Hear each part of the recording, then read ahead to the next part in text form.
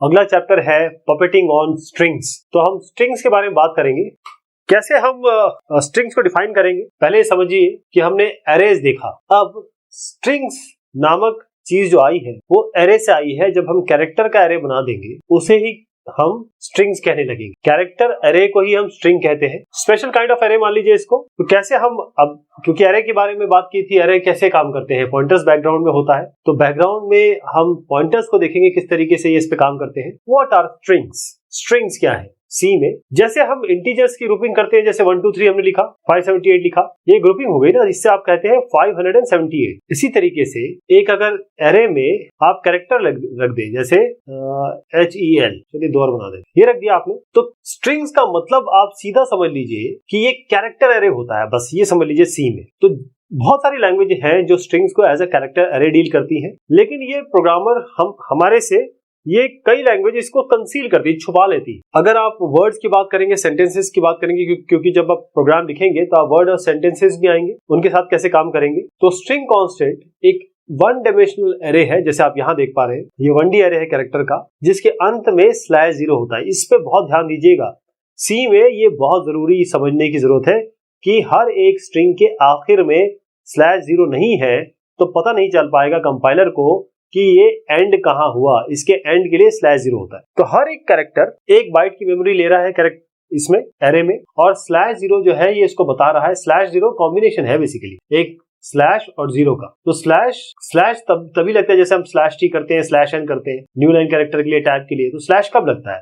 Slash मतलब हम कुछ स्पेशल बताना चाह रहे हैं। तो इस स्लैश के साथ जब 0 लग जाता है तो ये 0 के बराबर नहीं रहता, ये /0 की अपनी एक वैल्यू है जो 0 है। ओके, अगर आप देखें s की वैल्यू 0 की 48 होती है, लेकिन /0 की 0 होती है, तो ये नल कैरेक्टर होता है। इसी से नल पता चलता है। आप इसको समझिए कि ये H से शुरू किया हमने, HAESLER, जो भी आपने लिखा इसके आगे एंड करने के लिए /0 दे दी। तो ये कंटिन्यूअस मेमोरी में है, 18 है, 19 है, 1 बाइट का डिफरेंस है दोनों। देखिएगा 1 बाइट का डिफरेंस है एक में, और 1 बाइट के डिफरेंस में ये यहाँ पर कैरेक्टर रखे हुए हैं, एरे में रखे हुए हैं। कैरेक्टर एरे को ही हम स्ट्रिंग कहते हैं। स्ट्रिंग वो होती है कैरेक्टर एरे जो /0 से आप बंद कर। तो ये बहुत इंपॉर्टेंट है, क्योंकि इसी से पता चलेगा कि स्ट्रिंग कहां बंद हो रही है। ओके, अगर मान लीजिए आपने स्ट्रिंग को /0 से बंद नहीं किया तो वो केवल कलेक्शन है कैरेक्टर्स का, वो स्ट्रिंग नहीं हुआ। तो सी एक ये फैक्ट है, हम इसको जरा इस तरीके से समझे, जैसे एक कंसीड छुपाने की बात होती है इसमें। कैसे?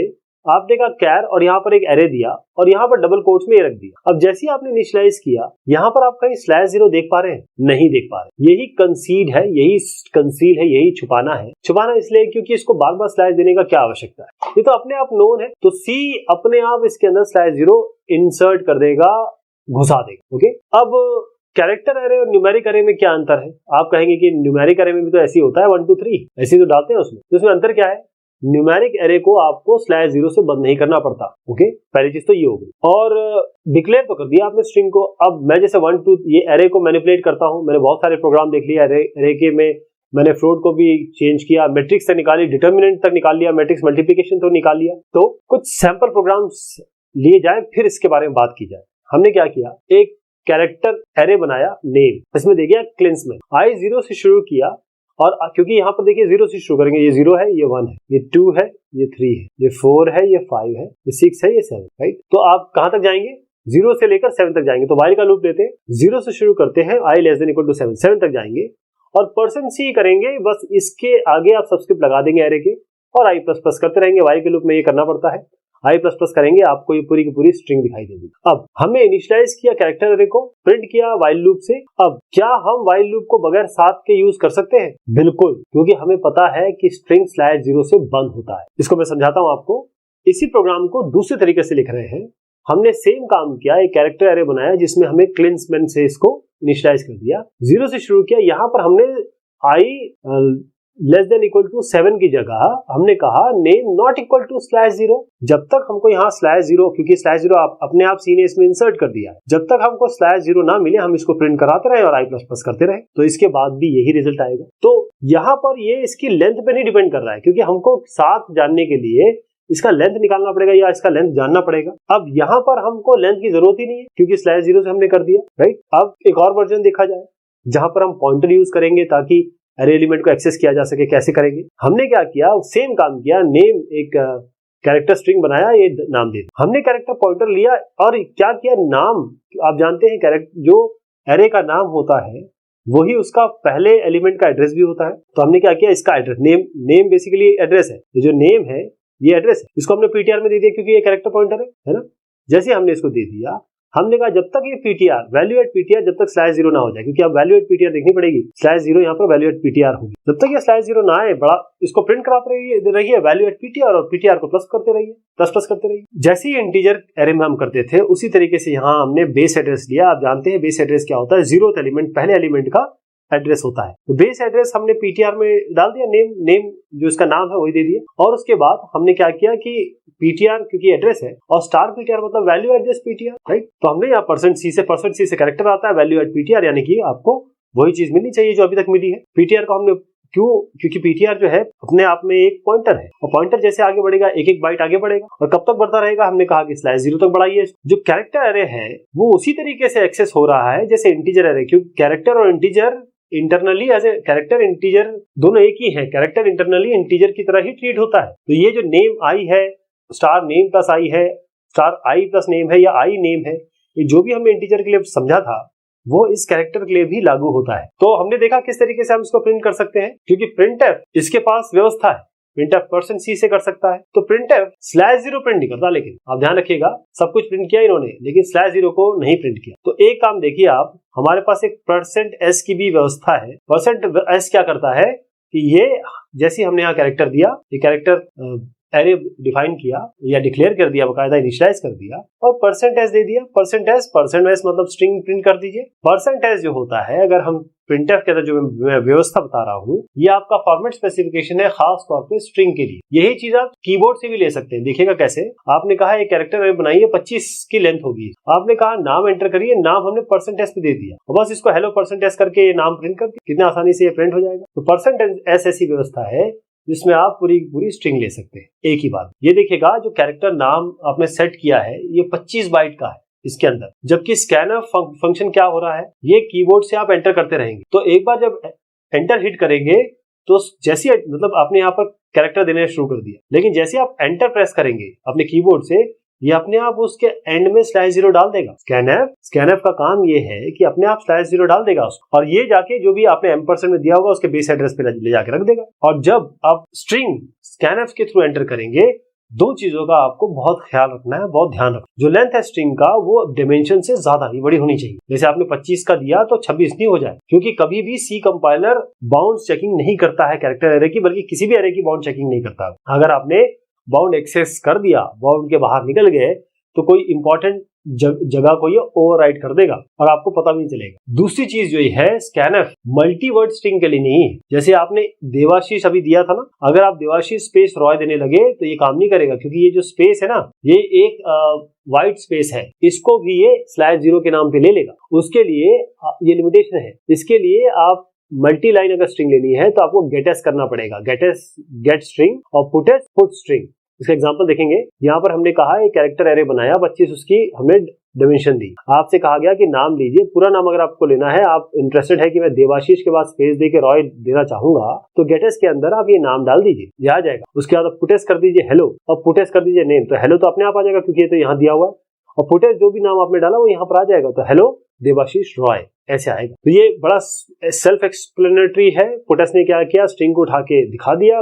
गेटस ने क्या किया, व्हाइट स्पेसेस के साथ स्ट्रिंग ले लिया, यानी कि मल्टी वर्ड स्ट्रिंग, जिसके बीच में आपने ब्लैंक स्पेसेस भी दिए हुए हैं, उनको भी उठा रहा है। अगर आप मेहनत करना चाहते हैं, आप चाहते नहीं कि मैं गेटस का यूज करूं, मैं स्कैनफ में बहुत खुश हूं, तो ये तरीका इसका देखिएगा। बिल्कुल चीज सेम है। मल्टीवर्ड स्ट्रिंग के लिए स्कैनफ का कैसे उपयोग होता है उसको देखिए। यहाँ पर हमने एक कैरेक्टर बनाया, यहाँ पर एंटर फुल नेम किया, यहाँ पर आपको देना है, बहुत ध्यान से देखिए, इसका फॉर्मेट स्पेसिफायर क्या होगा।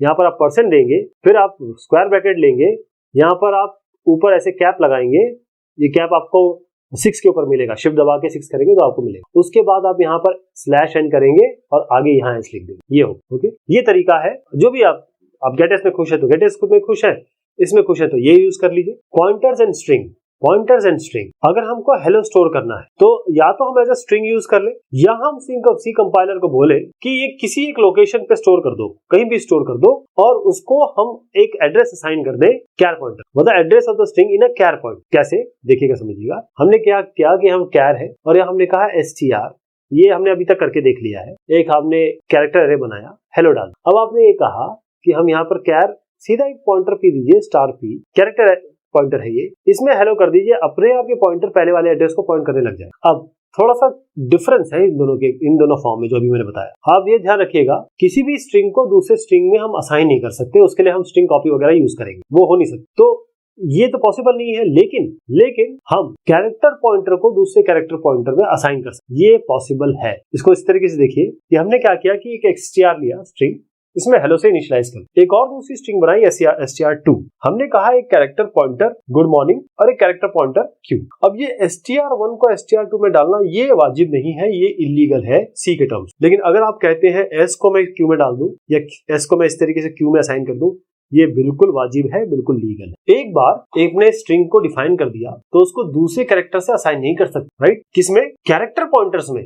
ये बिल्कुल वैलिड है। फिर से समझिए, हमने एक str बनाया हेलो, हमने कैरेक्टर पॉइंट बनाया हेलो, कैरेक्टर पॉइंट, हमने कहा str1 में बाय डाल दीजिए, कुछ और हेलो की जगह कुछ और डाल दीजिए, ये काम नहीं करेगा, ये असाइन नहीं हो सकता है। लेकिन अगर आप ये p पॉइंटर ले रहे हैं तो वहां पर आप कुछ भी डाल सकते हैं, कुछ दूसरा मेंबर डाल सकते हैं, ये पॉसिबल है। स्टैंडर्ड लाइब्रेरी स्ट्रिंग फंक्शंस है हमारे पास, बहुत सारे स्ट्रिंग के हैंडलिंग फंक्शंस है, कुछ मैं यहाँ बता देता हूँ। अगर आपको स्ट्रिंग की लेंथ पता करनी है तो strlen, अगर लोअर केस में कन्वर्ट करना है तो strlwr, अगर जो स्ट्रिंग आपको दी है उसको पूरे को अपर केस में करना है तो strupr, अगर अपेंड करना है एक स्ट्रिंग को दूसरे के पीछे तो आप strcat, कैटिनेशन, कॉनकैटिनेशन के लिए होता है ये। strncat ये होता है कि जो पहले n कैरेक्टर है स्ट्रिंग के वो आपको किसी और के पीछे लगाने हैं तो strncat हो जाएगा। str कॉपी होता है एक स्ट्रिंग से दूसरे स्ट्रिंग पे कॉपी, क्योंकि डायरेक्ट कॉपी नहीं पॉसिबल नहीं है, str कॉपी यूज करना पड़ेगा। एक strn कॉपी भी है, ये क्या करेगा, पहले n कैरेक्टर एक स्ट्रिंग के दूसरे में डाल दे। str स्ट्रिंग कंपेयर है, स्ट्रिंग strn कंपेयर है, str cmpi है। अब ये क्या करेगा, दो स्ट्रिंग को कंपेयर करेगा, दो स्ट्रिंग को कंपेयर करेगा केस के साथ, राइट? ये बगैर केस के हिसाब से, ये केस के हिसाब से, यानी ये जो आई बता रहा है, इसका आई का फुल फॉर्म अगर देखा जाए तो इग्नोर है, ये केसेस को भूल जाएगा। लेकिन stricmp करेंगे तो ये जब चेक कराएगा, तो क्योंकि हम स्ट्रिंग कंपैरिजन में एक्चुअली एस की वैल्यू कंपेयर करा रहे होते हैं, और जो छोटा केस होता है और बड़ा केस होता है, दोनों के एस की वैल्यू अलग अलग होती है, इसीलिए ये stricmp केस उसके वो भी देखेगा, क्या देखेगा, उनके केसेस भी देखेगा। strnicmp ये कंपेयर करेगा पहले n कैरेक्टर को दो स्ट्रिंग के बगैर केस को ध्यान रखे हुए। strdup डुप्लीकेट कर देगा स्ट्रिंग को, strchr ये पहला जहां वो कैरेक्टर उस स्ट्रिंग में मिलेगा वो बता देगा आपको, strrchr ये आखिरी रियर के लिए होता है, आखिरी ऑकरेंस बताएगा उस कैरेक्टर की। strstr क्या बताएगा, उस एक स्ट्रिंग की दूसरे स्ट्रिंग में ऑकरेंस बताएगा। strset क्या बताएगा, सारे के सारे कैरेक्टर जो स्ट्रिंग के है उसको किसी एक कैरेक्टर से तब्दील कर देगा। strnset क्या करेगा, जो पहले n कैरेक्टर है किसी स्ट्रिंग के, जो भी आप कैरेक्टर देंगे वहां उसको सेट कर देगा। strrub है, पूरे स्ट्रिंग को रिवर्स कर देगा। अब इसमें strlen length, string copy, string cat और स्ट्रिंग कंपेयर, इनके बारे में हम बात करेंगे क्योंकि ये बहुत हमने यूज करते हैं। स्ट्रिंग लेंथ strlen ये काउंट करता है नंबर ऑफ कैरेक्टर्स, कितने कैरेक्टर उस स्ट्रिंग में है। इसका एग्जांपल देखिएगा, हमने कहा एक ARR बनाया कैरेक्टर एरे और उसके इनिशियलाइज कर दिया बैम्बूजल नाम, len1 len2 इंटीजर में दिया। अगर आप strlen और इसके अंदर ये ARR पास करें और strlen के अंदर कुछ और भी पास करें, ये आपको len1 और len2 आपको इसकी लेंथ बता दो, यानी कि बैम्बूजल की लेंथ बताएगा ये 10, देखिए 1 2 3 4 5 6 7 8 9 10 बता दिया इसने। /0 को नहीं गिना जाता, ध्यान रखिएगा, नल कैरेक्टर हो। इसी तरीके से यहाँ पर इसने हमटी डमटी की भी लेंथ बता दी जो कि आपकी 13 है। अब मैंने जैसे कहा डजन काउंट /0 को तो ये काउंट नहीं करेगा। तो पहला कॉल जो है strlen का, उसमें हमने बेस एड्रेस पास किया, स्ट्रिंग नहीं पास की, बेस एड्रेस पास किया। लेकिन दूसरा जो इसी strlen के अंदर दूसरे बार हमने प्रॉपर स्ट्रिंग पास की, दोनों ही केस में ये आपको स्ट्रिंग लेंथ बताएगा। अब जब हम इसको एड्रेस के थ्रू पास करें, स्ट्रिंग ना पास करें, और क्या हम strlen नहीं लिख सकते, जैसे strlen है, ओके।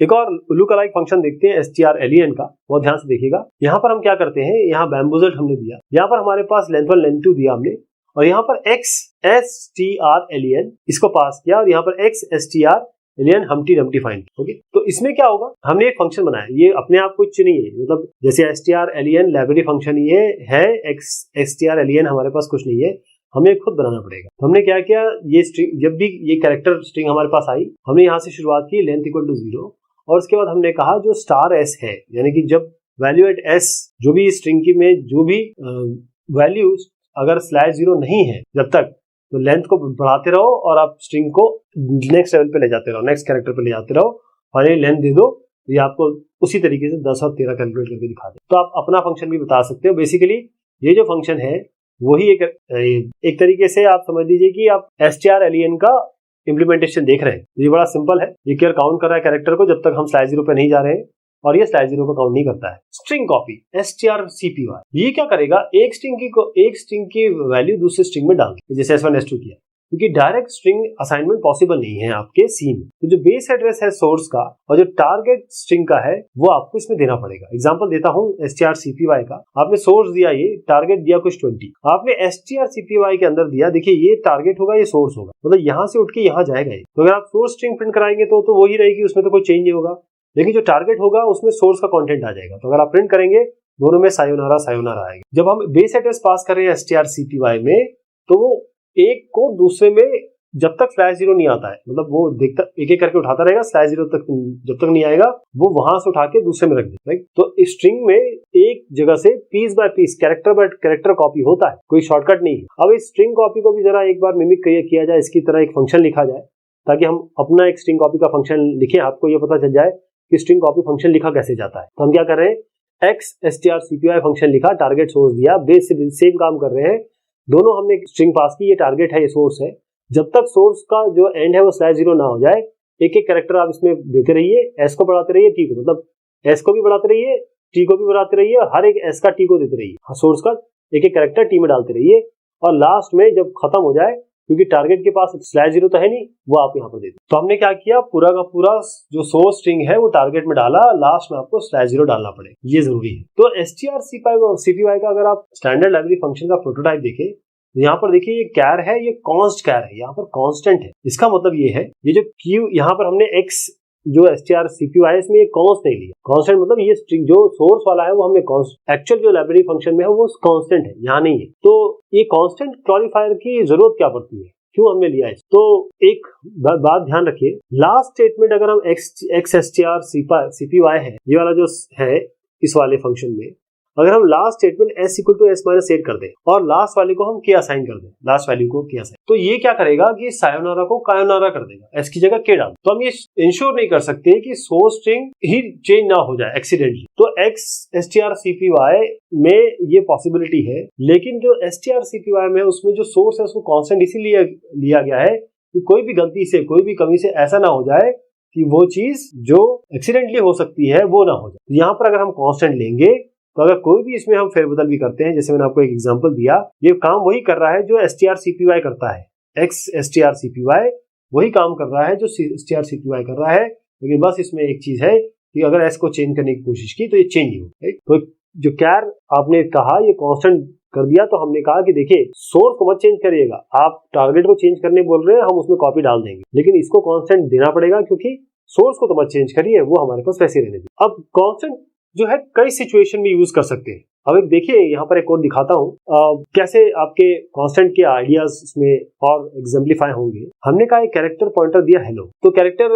जो पॉइंटर है वो वेरिएबल होता है, इसी तरीके से स्ट्रिंग भी आपका वेरिएबल है, क्योंकि पूरा का पूरा एक एरे है। अब क्या किया आपने कि इसमें अगर स्टार p में आपने m डाला, यानी वैल्यू एट p में m डाला, तो ये काम करेगा, और अगर आप p में बाय डाल दे रहे हैं तो ये भी काम कर रहा है। अब अगर आपने इसको कॉन्स्ट कर दिया, तो ये जो काम है ना q इक्वल टू बाय, ये नहीं हो पाए। यही हम चाहते हैं कि हम किसी चीज को नहीं चेंज करना चाहते, तो हम यहाँ पर इसको कॉन्स्ट दे देंगे। इस तरीके से कॉन्स्ट जब हम स्टार s करेंगे, हेलो देंगे, तो अगर स्टार s में उसकी वैल्यू पे अगर हम डालने चाहे तो ये काम नहीं करेगा। ध्यान रखिएगा, कॉन्स्ट यहाँ पर कॉन्स्ट कैर दिया हुआ है, कैर बाद में आया है, लेकिन जब कैर कॉन्स्ट कर दिया आपने, तो अब ये पॉइंटर कांस्टेंट हो गया, तो पॉइंटर में वैल्यू नहीं डाल पाएंगे आप, ये देखिएगा। ओके, ये चीज है। एक और चीज देखिए, यहाँ पर कॉन्स्ट एक स्टार बीच में डाला है, ये तीनों अलग अलग तरीके हैं। एक तो कैरेक्टर पॉइंटर हो गया, उसके बाद कांस्टेंट कैर स्टार पी हो गया, यानी कि आप क्यू में कोई एम वैल्यू नहीं डाल पाएंगे। लेकिन जैसे आपने एस को कैर कांस्टेंट किया तो आप इसमें सिंगल वैल्यू यहाँ पे भी नहीं डाल पाएंगे। देखिए दोनों जगह भी प्रॉब्लम आ रही है, जिसको हमने ठीक किया। अब यहाँ व्यवस्था हमारी ये है कि स्टार हमने बीच में दे दिया, कैर स्टार कॉन्स्ट, और ये टी दिया, तो अब यहाँ पर स्टार टी पे तो एम डाल सकते हैं, क्योंकि अब ये कांस्टेंट टी हो गया। अब टी को चेंज नहीं कर सकते, तो टी में अगर कोई डालेंगे तो ये काम नहीं बनेगा। ये चाहे टी में डालें, और अगर हम चाहते हैं कि इसमें यू में भी ना आ पाए और ये स्टार यू में भी ना आ पाए, यानी एड्रेस पे भी कुछ ना आ पाए और वैल्यू एट दैट एड्रेस में भी कुछ ना आ पाए, तो const char star const u, यहाँ भी कॉन्स्ट यहाँ भी कॉन्स्ट, दोनों को कॉन्स्टेंट बनाएंगे तो दोनों में ये आप डाल नहीं पाए। तो जो कीवर्ड है कॉन्स्ट, ऑर्डिनरी वेरिएबल के साथ भी यूज करते हैं हम लोग। एग्जांपल देता हूं आपको, जैसे फ्लोट आर दिया आपने कहा कांस्टेंट फ्लोट पाई 3.14, आपने रेडियस दिया और यहाँ पर प्रिंट करा दिया। तो अब ये जो पाई की वैल्यू है 3.14 से कभी चेंज नहीं हो पाएगी। अब स्ट्रिंग कैट में आते हैं। कैट जो है वो कॉनकैटिनेशन से आया है, और कॉनकैटिनेशन का मतलब है दो चीजों को जोड़ना। जैसे आप ये फंक्शन काम यही करता है, जो एक स्ट्रिंग है उसके एंड में दूसरी स्ट्रिंग जोड़ देता है। जैसे अगर आपने बॉम्बे और नागपुर लिया, इसका कॉनकैटिनेशन किया, तो बॉम्बे नागपुर जुड़ जाएगा बगैर स्पेस के। एक एग्जांपल देखिएगा, हमने कहा सोर्स है फोक्स, टारगेट है हमारा हेलो, और हमने स्ट्रिंग कैट किया, टारगेट और सोर्स यहाँ दे दिया, तो टारगेट के साथ सोर्स के साथ टारगेट जुड़ जाएगा। सोर्स और टारगेट देखेंगे तो सोर्स तो सेम रहेगा, टारगेट में सोर्स जुड़ के आ जाएगा, यानी कि आपका सोर्स तो फोक्स ही रहा, लेकिन ये जुड़ के आ जाएगा। हमने ध्यान दीजिए कि हमने इसको इतना बड़ा बनाया है कि जब ये जुड़े तो ये इसके अंदर आ सके, ध्यान रखिएगा। तो जरा स्ट्रिंग कंपेयर की भी बात कर लेते हैं। ये फंक्शन क्या करता है, कंपेयर करता है दो स्ट्रिंग को। अभी आप बोलेंगे ये करता कैसे? 2 greater than 3 तो कर सकते हैं, लेकिन 4 less than 10 तो कर सकते हैं, है ना? ये चेक करा सकते हैं, गलत हो रहा है, ये चेक करा सकते हैं, हाँ ये सही हो रहा है। लेकिन यहाँ पर कैरेक्टर या स्ट्रिंग को कैसे हम वो करेंगे, मैच करेंगे, मिसमैच करेंगे, कैसे पता करेंगे? यहाँ पर देखिएगा, अगर जैसे आपने कोई दो स्ट्रिंग को कंपेयर किया, अगर वो दोनों एकदम एक जैसी है तो स्ट्रिंग कंपेयर आपको 0 वैल्यू देगा। अगर वो नहीं है तो ये आपको एस की वैल्यू, जो डिफरेंस है दो जिस कैरेक्टर पे वो अलग है, मान लीजिए आपने कहा कि मिस, आपने कहा MISS, ये मिसलेनियस के लिए, ये मिस के लिए, तो M से M चेक हुआ सेम है, I से I से चेक हुआ सेम है, S से S हो गया सेम है, लेकिन यहाँ C है, यहाँ S है, यहाँ दोनों में डिफरेंस आ गया। इसके डिफरेंस, इनके S की वैल्यू निकाली जाएगी, उनका डिफरेंस आपको रिटर्न किया जाएगा। तो देखिए यहाँ पर स्ट्रिंग 1 है जेरी, स्ट्रिंग 2 है फेरी। तो इसमें जैसे आप स्ट्रिंग कंपेयर करेंगे स्ट्रिंग 1 को जेरी से, क्योंकि जेरी और जेरी एकदम सेम है, तो ये आपको रिटर्न करेगा ट्रू, यानी कि आपको वैल्यू आएगी 0। अब स्ट्रिंग 1 और स्ट्रिंग 2 को कंपेयर करेंगे तो क्या होगा, ये जे और एफ यहीं पे ये कंपेयर नहीं हो पाएंगे, तो जे और एफ का डिफरेंस आएगा। जब आप स्ट्रिंग 1 यानी कि पहले 1 को जेरी बॉय से करेंगे तो जेरी तक तो चला जाएगा, उसके बाद यहाँ पर डिफरेंस आएगा कि स्पेस और इसके बीच में जो आखिरी वाला आपका है, क्योंकि यहाँ पर कुछ नहीं है, तो इसका डिफरेंस, ये जो है वो आपको वैल्यू आ जाए। मैं इसको समझाता हूँ क्या होगा। पहले वाले में तो जेरी और जेरी सेम है, तो स्ट्रिंग कंपेयर 0 आ जाए, ठीक। जब सेकंड कॉल होगा तो पहला कैरेक्टर जे है और दूसरा कैरेक्टर एफ है, जो कंपेयर कर रहे हैं, इन दोनों का डिफरेंस अगर एस की वैल्यू का निकालेंगे तो आपका 4 आएगा, तो जे और एफ के एस की वैल्यू का डिफरेंस दे देगा। लेकिन जेरी और जेरी बॉय मैच नहीं कर रहे, ओके, केवल जेरी तक मैच कर रहे हैं, उसके बाद मैच नहीं कर रहे। तो इसके आखिर में क्या है, नल कैरेक्टर वो इसके साथ मैच नहीं कर रहा है जेरी बॉय के साथ, तो आपको जो वैल्यू रिटर्न होगी -32। वो वैल्यू क्या है, null character minus the s की वैल्यू ऑफ स्पेस, जो यहाँ पर स्पेस आया है, यहाँ पर आखिर में /0 होता है, यहाँ पर आखिर में आपके स्पेस आ गया, तो /0 इसकी एस की वैल्यू और स्पेस इसकी एस की वैल्यू का डिफरेंस होता है -32, ये आपको रिटर्न, ओके। बस ये समझिएगा कि जब हम नेगेटिव वैल्यू हमारा रिटर्न हो रहा है या पॉजिटिव वैल्यू रिटर्न हो रहा है, तो कोई भी नॉन जीरो वैल्यू का मतलब ये होता है कि इसका मतलब कोई भी नॉन वैल्यू, अगर 0 आएगा तो हम कह रहे हैं कि दोनों बराबर है। उसके 2 डायमेंशनल एरे ऑफ कैरेक्टर्स। तो हमने 2 डायमेंशनल एरे की बात की, कैसे काम करते हैं ये। इसमें 2 डायमेंशनल का मतलब ये होता है एक एरे और उस एरे के साथ दूसरे एरे, मतलब वो एरे एक्चुअली हाउस होता है दूसरे एरेस के लिए। तो कैसे हम एक एग्जांपल पहले मैं ले लेता हूं ताकि आप समझ जाए कि उस 2 डायमेंशनल एरे इंटीजर के साथ ये कैसे मैच होगा, इसको कैसे हम 2 डायमेंशनल एरे की संख्या देंगे। तो आप देखिए एक मास्टर लिस्ट है यहाँ पर, और इसमें 6 और 10 दिया हुआ है। 6 मतलब इसमें 6 रोज है, 1 2 3 4 5 6, और कॉलम्स कितने 10, 1 2 3 4 5 6 7 8 9 10, ये 4 और है। लेकिन अब इसमें क्या है कि हमने 10 मैक्सिमम जगह दे दी है, हमने 10 मैक्सिमम जगह दे दी है, लेकिन 6 हमारे आइटम्स है, ये पक्का पता है। इस 10 में कोई आपका 5 या 6 यूज कर रहा है, ये देखिए 5 यूज कर रहा है, कोई उससे ज्यादा भी यूज करे। तो हमने यहाँ पर क्या किया, हमने कहा कि कैर योर नेम, एक हमने योर नेम दिया, हमने कहा एंटर योर नेम और इस योर नेम को हमने परसेंटेज से मिला लिया। अब क्या होगा, मतलब डाल दिया। अब हम इसको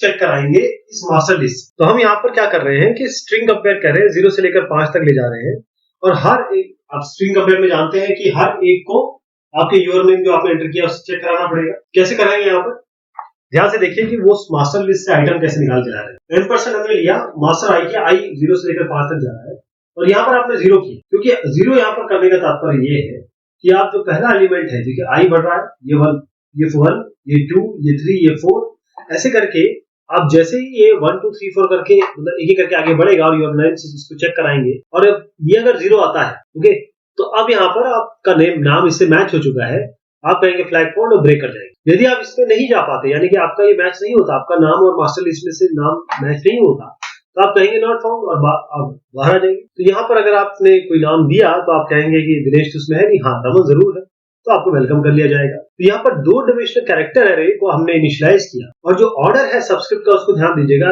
बहुत इंपॉर्टेंट है। जो पहला सबस्क्रिप्ट है वो आपको बताता है कितने नाम है, 6 नाम थे इसमें, जबकि दूसरा आपको बताता है कि लेंथ हर एक आइटम की एरे, ये इंपॉर्टेंट है। दूसरा सबस्क्रिप्ट आपको बताता है लेंथ हर एक आइटम की। तो हमने क्या किया कि हमने नाम को इनिशियलाइज नहीं किया। ओके, मान लीजिए कि अगर आपने कीबोर्ड से नाम देते तो कुछ प्रोग्राम कुछ इस तरीके से होता, क्योंकि हमने इनिशियलाइज किया था इसलिए ये ऐसा नहीं था।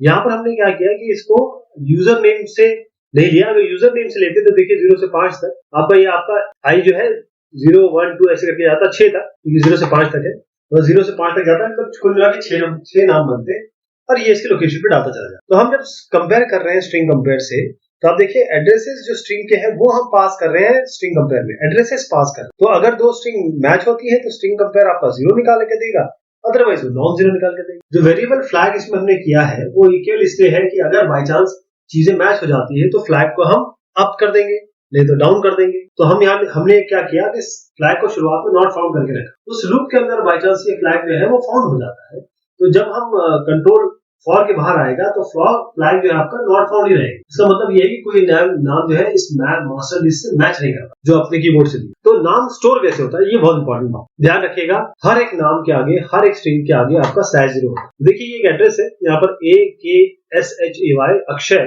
/0 से बंद किया आपने। यहाँ पर यहाँ पूरी 1 से लेकर 10 जगह है, क्योंकि आपने 6 और 10 दिया है ना, तो ये सारे के सारे 10 जगह तो लेंगे। अब ये अलग बात है कि ये खाली छूट जाएगी, इसमें देखिए ये तो पूरी जगह ले रहा है, साथ में लास्ट वाला /0 ले, ऐसी बाकी होंगे, लेकिन इसको ध्यान दीजिए ये 54 है, 64 है, यानी कि ये 10 के बाद ही आएगा, 10 बाइट की जगह यूज होगी। इस तरीके से आप /0 ये चीजों को आप 2 डायमेंशन में देख सकते हैं। लेकिन अगर आप इसको वाकई में अगर देखना चाहते हैं कैसे होगा मेमोरी में, तो ये जो P है ना, तो यहाँ से शुरू होगा, मतलब जाएगा वो आपके सिंगल डायमेंशन में ही मेमोरी में जब रखा। तो आप देखिए सब में 10-10 बाइट का अंतर है। एक जो है वो 7 बाइट ले रहा है, तो 3 बाइट आपके वेस्ट हो गए, ये थोड़ा सा वेस्टेज है। तो इसीलिए क्या करते हैं कि इसकी जगह पे हम ये जो जगह वेस्ट हो रही है ना, इसको बचाने का कोई तरीका है क्या? ये आपकी जो जगह वेस्ट हुई यहाँ, इसको बचाने का तरीका है, जिसे हम कहते हैं एरे ऑफ पॉइंटर्स को यूज कर सकते हैं। तो एरे ऑफ पॉइंटर्स स्ट्रिंग्स के लिए कैसे यूज करेंगे, देखिए जो पॉइंटर वेरिएबल है उसके पास एड्रेस हो, तो अगर हम एरे ऑफ पॉइंटर बनाते हैं तो उसमें केवल एड्रेसेस होंगे और कुछ नहीं। कैसे नाम को जो हमने पहले देखा उसको हम स्टोर कर सकते हैं एरे ऑफ पॉइंटर्स में, उसका ध्यान से देखिए। मैं एरे इनिशियलाइज करता हूँ, ये 2 डायमेंशनल एरे है और ये स्ट्रिंग्स मतलब कैरेक्टर एरे है, तो स्ट्रिंग्स है ये। हमने किया क्या, यहाँ कैर लिया, यहाँ पर स्टार दिया और यहाँ पर एरे बताया कि ये array of pointer to strings है। अभी आपके स्ट्रिंग्स, ये आपके सारे स्ट्रिंग्स है, ये है array of pointer to string. तो इस डिक्लेरेशन में जो नेम है ये एरे ऑफ पॉइंटर है, ओके।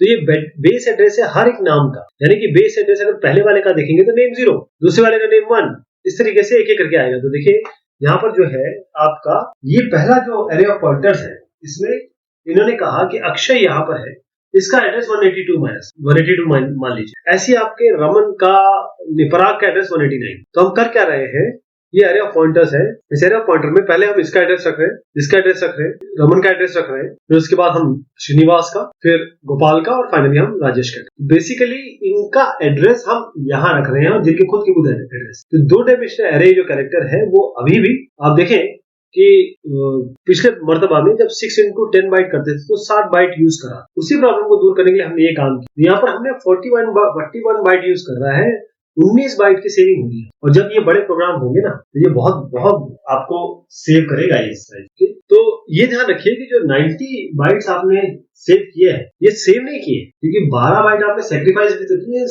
एड्रेस को स्टोर करने के लिए। ये भी तो सोचिए, एड्रेस को भी तो स्टोर किया है। तो एक रीजन है ताकि हम स्टोर कर सके स्ट्रिंग को एरे ऑफ पॉइंटर में, ताकि जो मेमोरी है उसका एफिशिएंटली यूज किया जा सके। एक और इसका रीजन एरे ऑफ पॉइंटर का यूज हम जो करते हैं स्ट्रिंग स्टोर करने के लिए, तो इससे क्या होता है, मैनिपुलेशन बड़ा आसान हो जाता है। अभी इसका एक प्रोग्राम दिखाता हूं मैं आपको। पहला जो प्रोग्राम है ये 2 dimensional array of character use कर रहा है ताकि नाम को स्टोर किया जा सके, जहां दूसरा वाला जो आप देखेंगे वो array of pointer to strings use कर रहा है। तो दोनों ही प्रोग्राम है, उसका तात्पर्य और उसका एम सेम ही है। हम एक्सचेंज करना चाहते हैं पोजीशन 2 का, इन दोनों के पोजीशन चेंज करना चाहते हैं। इस प्रोग्राम को ध्यान से देखिए, हम एक्सचेंज करना चाहते हैं नाम को 2D एरेज को लेके कैरेक्टर्स। 2D एरे है कैरेक्टर्स, हम चाहते हैं नाम एक्सचेंज करें। तो हमने क्या किया है, 2 डायमेंशनल एरे बनाया कैरेक्टर स्ट्रिंग्स। ये आपकी स्ट्रिंग एरे है और बेसिकली कैरेक्टर एरे कह सकते हैं 2 डायमेंशन का।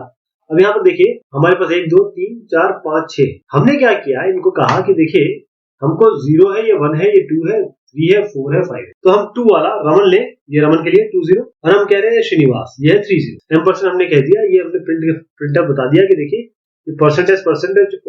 परसेंटेज में हमने कहा कि ओरिजिनल ये था, एम्परसेंड देना पड़ेगा ताकि, क्योंकि यहाँ के एड्रेस पे जाके वो दिखाएगा कौन। अब हमने क्या किया, 0 से लेकर 9 तक गए। हमने जो ये वाला आइटम था, ये वाला, इसको रखा टी में, ये वाले को इसमें डाला और उसके बाद टी वाले को इसमें डाला। तो ये क्या हो गया, स्वैप हो गया, एलिमेंट स्वैप। तो अगर आप इसको दिखाएंगे तो दो जो श्रीनिवास और रमन है, ये रमन श्रीनिवास थे, अब श्रीनिवास रमन दिखाने लगेंगे, सेम चीज में स्वैपिंग हो। अब इस प्रोग्राम में जो एक्सचेंज किया गया है नाम को, तो हमने एक एक कैरेक्टर को ट्रांसफर किया। ओके, 10 एक्सचेंजेस हमें चाहिए थे अगर हम 2 नाम को चेंज कर रहे हैं। अब हम एक काम करेंगे कि कुछ नंबर ऑफ एक्सचेंजेस जितने हुए उनको थोड़ा सा कम किया जाए, उनको कम किया जाएगा।